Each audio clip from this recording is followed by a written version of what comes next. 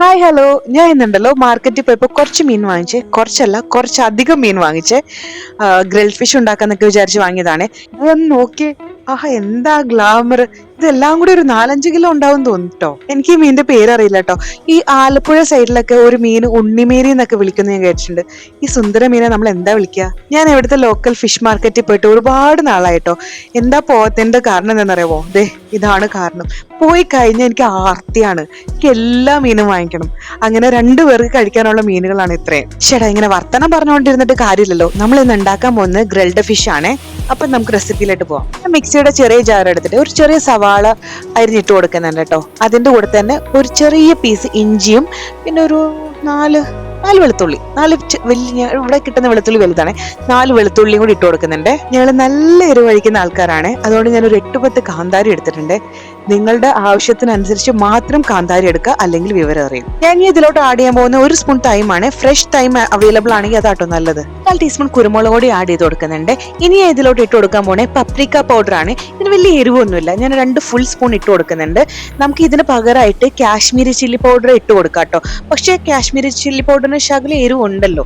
അപ്പൊ നമ്മൾ ഈ കാന്താരിയും കുരുമുളക് പൊടിക്ക് മുന്നേ ഇട്ട് കൊടുക്കുന്നുണ്ടല്ലോ. അപ്പൊ അതിനനുസരിച്ച് നിങ്ങൾ അതിന്റെ അളവും എണ്ണവും ഒക്കെ ഒന്ന് കുറയ്ക്കുന്നത് നല്ലതായിരിക്കും കേട്ടോ. കഴിക്കുമ്പോൾ വിവരം അറിഞ്ഞില്ലെങ്കിലും പിറ്റേ ദിവസം വിവരം അറിഞ്ഞാലോ. 2 സ്പൂൺ ഞാൻ ഓയിസ്റ്റർ സോസും പിന്നെ 1.5 സ്പൂൺ ഡാർക്ക് സോയ സോസും കൂടി ഇതിലോട്ട് ഒഴിച്ചു കൊടുക്കുന്നുണ്ട്. ഞാൻ ഇനി 1 സ്പൂൺ ബ്രൗൺ വിനെഗർ ആണ് ആഡ് ചെയ്ത് കൊടുക്കുന്നത്. എന്റെ കയ്യിൽ ബ്രൗൺ വിനെഗർ ഉള്ളതുകൊണ്ട് ഞാൻ ബ്രൗൺ വിനെഗർ ആഡ് ചെയ്ത് കൊടുക്കുന്നു. നിങ്ങൾക്ക് വൈറ്റ് വിനെഗർ ആണെങ്കിലും ആഡ് ചെയ്ത് കൊടുക്കാം. അതുപോലെ തന്നെ ഞാൻ 1 സ്പൂൺ ഒലിവ് ഓയിൽ കൂടെ ആഡ് ചെയ്ത് കൊടുക്കുന്നുണ്ട്. ഒലിവ് ഓയിൽ ഇല്ലെങ്കിൽ സൺഫ്ലവർ ഓയിൽ ആയാലും കുഴപ്പമില്ല.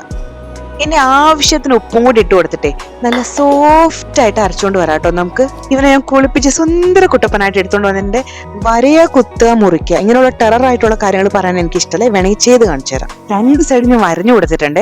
ഇനി നമുക്ക് ആ ബോഡി മാസ്ക് ഒക്കെ ഇട്ടിട്ടെ ഇവനങ്ങ് നല്ലതായിട്ട് അങ്ങ് മസാജ് ചെയ്ത് കൊടുക്കാമേ. മസാജ് ചെയ്ത് കൊടുക്കുമ്പോഴേ ആ വരഞ്ഞതിലിട്ടൊക്കെ ആ മുളകൊക്കെ അങ്ങ് തേച്ച് പിടിപ്പിക്കാൻ മറക്കല്ലേ. അവനങ്ങ് ഇരുന്നങ്ങ് പുകയട്ടെ. ഇനി ശ്രദ്ധയോടെ കേൾക്കണേ. ഈ ഫിഷ് മാരിനേറ്റ് ചെയ്യാൻ വേണ്ടിയിട്ട് ഒരു ഫുൾ ഡേ ഞാൻ ഫ്രിഡ്ജിൽ വെച്ചിട്ടുണ്ടായിരുന്നു. ഞാൻ ഇന്ന് ഗ്രില്ല് ചെയ്യാൻ എടുക്കുവാണ്. ഞാൻ അവനിലാണ് ഗ്രില്ല് ചെയ്യുന്നത്. 180 ഡിഗ്രിയിൽ 45 to 1 hour അടുത്താണ് എനിക്ക് സമയമായത്. നിങ്ങൾക്ക് എയർ ഫ്രയറിലും ചെയ്തെടുക്കാം. 180 ഡിഗ്രിയിൽ നിങ്ങൾക്ക് തിരിച്ചും മറിച്ചു വിട്ടിട്ട് നിങ്ങൾക്ക് ഗ്രില്ല് ചെയ്തെടുക്കാം. ഒരു കാര്യം പറയാൻ മറന്നുപോയി. ഫിഷിന്റെ പുറത്തോട്ട് കുറച്ച് ഒലിവ് ഓയിലും കൂടി ഞാൻ ഒഴിച്ചു കൊടുത്തിട്ടുണ്ടായിരുന്നേ. പിന്നെ അതുമല്ല, ഈ ഫിഷ് ഭയങ്കര സോഫ്റ്റ് ആണ്. ഞാൻ തിരിച്ചും മറിച്ചു വിടുന്നില്ല. ഇതേ രീതിയിൽ 45 മിനിറ്റ്സ് ആണ് എനിക്ക് കുക്ക് ചെയ്യാൻ എടുത്തത്.